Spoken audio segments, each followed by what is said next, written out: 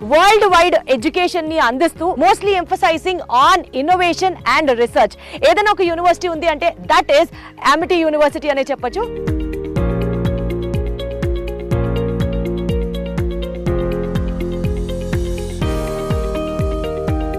మనము merit scholarship అనేది provide చేస్తున్నాము. 95% ఎబోవ్ ఎవరైతే స్టూడెంట్స్ ఉంటారో 100% స్కాలర్షిప్ అనేది ప్రొవైడ్ చేస్తున్నాం. మనం తెలంగాణలో ఇంత మంచి క్యాంపస్ మీరు ఎక్కడ చూసి ఉండరు. ఐపీఈలో మార్క్స్ 950+ స్కోర్ చేసిన వాళ్ళకి ఫస్ట్ ఇయర్ లో 100% ఫీజు వేవ్ చేస్తున్నాము.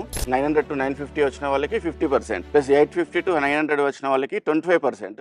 Amity university first campus in Hyderabad తెలంగాణలో స్టార్ట్ అవుతున్న నేపథ్యంలో ఒకసారి యూనివర్సిటీ గురించి ఇంకాస్త డీటెయిల్డ్ గా తెలుసుకునే ప్రయత్నం చేద్దాము. Because all the admissions are on. మీకు తెలియాలి యూనివర్సిటీ గురించి.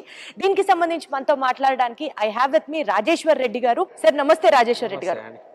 సార్ చెప్పండి, అమిటీ యూనివర్సిటీ గురించి ఆడియన్స్ కి మీరేం చెప్పాలనుకుంటున్నారు? అమిటీ యూనివర్సిటీ అనేది మనకి వచ్చేసి గ్లోబల్ యూనివర్సిటీ అండి.